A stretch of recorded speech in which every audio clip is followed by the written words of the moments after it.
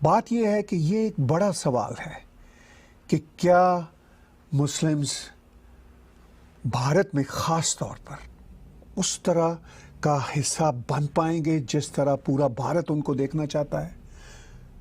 کئی لوگ مجھ سے یہ سوال اٹھاتے ہیں کہ یہ سوال ہی کیوں کھڑا ہو رہا ہے۔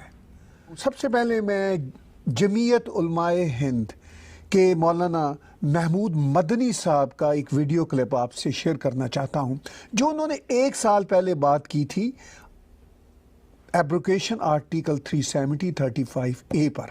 پہلے وہ دیکھ اور سن لیجئے، پھر میں بات چیت کو آگے لے کر چلوں گا آپ کے ساتھ۔ کچھ دشمن طاقتیں آج ایسا دکھانے کی کوشش کر رہی ہیں، جو اندر بھی موجود ہیں ہمارے، کہ بھارت کا مسلمان اور دیش کے اور لوگ یا دیش الگ الگ راستوں پر ہیں۔ ہم اس آئیڈیا کو بالکل پوری طاقت سے ریجیکٹ کرتے ہیں۔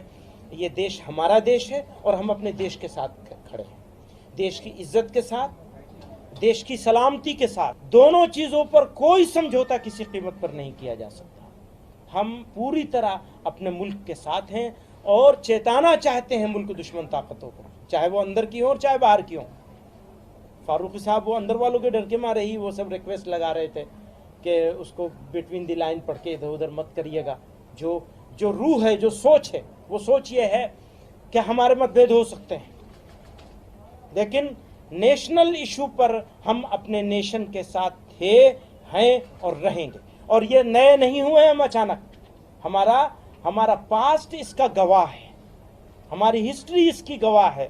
ہم نے 1951 میں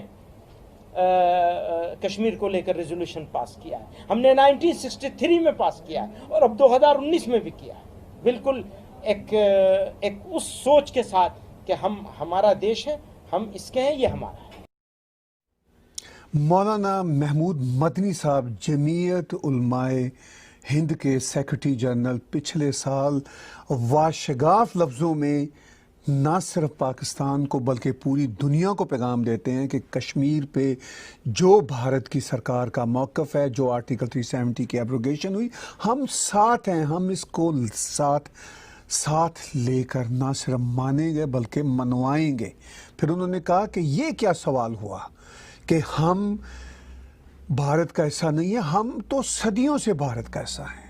بالکل ٹھیک کہا مولانا محمود احمد مدنی صاحب نے، بالکل درست کہا، لیکن سوال یہ ہے کہ ان کے ساتھ پہ کسی کو کویسچن نہیں ہے۔ آج اس ملک میں جو سیکولرزم ہے، اور یہ ملک سیکولر ہے، وہ اس لیے کہ یہاں کا ہندو سیکولر ہے، ورنہ آپ مجھے بتاؤ نا کہ اگر اس ملک کا ہندو اگر کمیونل ہوتا تو میں اور آپ جی سکتے ہیں؟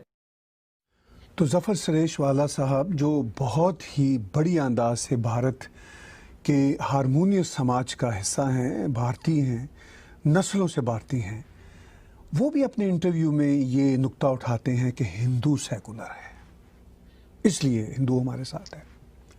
تو مسلم سیکولر کیوں نہیں ہو سکتا؟ مسلم سیکولر کیا اس وجہ سے نہیں ہو سکتا کہ وہ اپنا ون وے چاہتا ہے، یعنی ون وے ٹریفک کا حق ہے؟ کیا حرج ہے؟ ویسے تو ہمارے کئی مسلم جو اسکالرز ہیں کہتے ہیں اسلام سیکولر ہے۔ بھئی سیکولر ہے، سیکولر کا مطلب کیا ہے؟ ذرا مجھے بتا دیجئے۔ سیکولر کا مطلب ہے کہ آپ اپنے ریلیجیس ایشوز کو کانسٹیٹیوشن میں گڈمٹ نہیں کریں گے، یہ تھا نا۔ کوئی ضروری نہیں کہ ہندوستان سیکولر ہو یا کوئی بھی کنٹری سیکولر ہو۔ شرما صاحب نے ایک کویسچن ڈالا، کویسچن نہیں کمنٹ بھی ہے، انہوں نے کہا اور ہمیں انہوں نے کنٹریبیوٹ بھی کیا، بہت شکریہ۔ انہوں نے کہا، وہ میں نے پنجابی کا بلے شاہ کا شعر اکثر پڑھتا ہوں، جد گل سمجھ لئی تے رولا کی، اے رام رحیم تے مولا کی۔ اس کا مطلب یہی ہے کہ جب بات سمجھ آ گئی تو پھر کس بات کا رولا ہے؟ راہل شرما جی آپ بالکل ٹھیک کہتے ہیں، جب بات سمجھ آ گئی تو کس بات کا رولا ہے؟ یہ رام رحیم مولا کا جھگڑا ہی نہیں ہے۔ پھر یہ واقعی یہی آج کا پیراڈائم ہے۔ ایکچولی یہ بات نہیں سمجھ آ رہی۔ کیوں نہیں سمجھ آ رہی؟ یہی مسئلہ ہے۔ اسی بنیاد پر پاکستان بنا تھا یا انگریزوں نے بنایا تھا، اسی سینٹیمنٹ کو، جو ایلیٹ کا سینٹیمنٹ تھا، عام جنتا کا سینٹیمنٹ نہیں تھا اس وقت بھی اتنا، یہ تو ایلیٹس میں تھا۔ مسٹر جناح اینڈ کمپنی، جن کو اسلام کا بھی پتہ نہیں تھا، انہوں نے یہ کہا، ٹو نیشن تھیوری، تیرا میرا رشتہ کیا، لا الہ الا اللہ، اور اس کو سپورٹ کیا کمیونسٹوں نے اس وقت کے۔ ہے نا حیرت کی بات. بڑے بڑے پروگریسو نے سپورٹ کیا. چلیے ہسٹری کے بلنڈر ہوتے ہیں.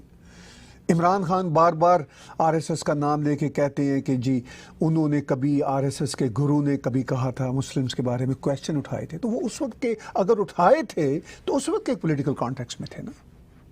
آپ نے کیا کیا سوالات نہیں اٹھائے. اب جب سے مودی جی پرائم منسٹر بنے ہیں بھارت کے 2014 سے تو لوگوں کا یہ خیال ہے, اس لیفٹ کی ایلیٹ کا, اپوزیشن جو ان کو نہیں چاہتے, وہ اپنے پولیٹیکل کارڈ کھیلتے ہیں. وہ ان کو بار بار یہ کہنا چاہتے ہیں کہ یہ سب کچھ مودی صاحب لے کر آئے ہیں. ایسا بالکل نہیں ہے. بھارتی جاگ رہے ہیں, ان کی میجورٹی جاگ رہی ہے. وہ یہ بلنگ سے باہر آنا چاہتے ہیں. وہ مودی صاحب کو لے کر آئے ہیں, مودی صاحب ان کو نہیں لے کر آئے. یہ ہے معاملہ. چونکہ جب بھارت کی میجورٹی 2 ٹرم سے میکسیمم ووٹ نمبر سے مودی صاحب کو الیکٹ کر رہے ہیں. چائنا تو ہے یو این او میں, یہی بھارت نے, مودی صاحب نے یہی اپنا بھی حق مانگا ہے, ان کو حق ملنا چاہیے. لیکن کشمیر کے ایشو میں چائنا پہلے سے انوالو ہے, جب سے پاکستان نے ان کو مفت کی زمین دی تھی 60s میں کہ لے لو یہ زمین ہم سے لے لو. ابھی وہ پاکستان میں کافی گھسے ہوئے ہیں. تو یہ ایک ریجنل میس ہے, یہ اس طرح اوور نائٹ نہیں جائے گا. اس کو بھی نیریٹو سے ہم بدلیں گے. اب میں آتا ہوں ایمنسٹی انٹرنیشنل کی اس دہائی کی ویڈیو ٹیزر کی طرف. یہ اس طرح کے ادارے جب بنے تھے, فریڈم آف ایکسپریشن کے, international rights union for free expression and all those, بہت بڑی ان کا کاز تھا. لیکن شفٹ کیسے آیا ان میں؟ یہ بھی وہی ملٹی کلٹی پالیسیوں میں پھنس گئے, پولیٹیکل کریکٹنس میں پھنس گئے. پھر ان کی فنڈنگ کہاں سے آتی ہے؟ یہ ایک بہت بہت بڑا کارن ہوتا ہے شفٹ کا. ان کی فنڈنگ آتی ہے ایکسٹریم لیفٹ کے حلقوں سے, اور وہ جو ایکسٹریم لیفٹ کے حلقے ہیں وہ پھر اپنا ایجنڈا بھی ساتھ لاتے ہیں. اور ان کا ایجنڈا پھر یہ ہوتا ہے کہ ہم ون سائیڈڈ رہیں اور ڈیپتھ میں نہ جائیں. اچھا, کچھ کنٹریز میں, بھارت میں, ان کی جو فائنینشیل انڈسکرپینسیز ہیں وہ بھی کافی ہوتی ہیں, چونکہ وہ ایک سوسائٹی کا ایک کلچر عرصہ دراز سے کرپشن والا چلا آ رہا ہوتا ہے, اس کے بھی عادی ہوتے ہیں, وہ بھی ایک فیکٹر ہوتا ہے. پھر وہ چونکہ بھارت میں یہ ایک ہمیشہ سے ایشو رہا کہ فارن فنڈنگ اس طرح ان اکاؤنٹڈ نہیں آنی چاہیے. پتہ ہو کہاں سے پیسہ آ رہا ہے, کس کام کے لیے آ رہا ہے, اور اس کام کے لیے لگ رہا ہے یا نہیں لگ رہا. یہ بھارت کا صرف مودی جی کی سرکار کا معاملہ نہیں ہے. میں نے ابھی کوٹ کیا تھا ایمنسٹی انٹرنیشنل, تو کانگریس کی سرکاروں میں بھی بند رہی. اب تو یہ خود ہی بند کر کے چلے گئے ہیں, چونکہ ان کے اکاؤنٹس کو فریز کیا گیا ہے, ان پہ تحقیقات ہو رہی ہیں. پہلے تو ان کو بند کیا گیا تھا 2004-9 میں,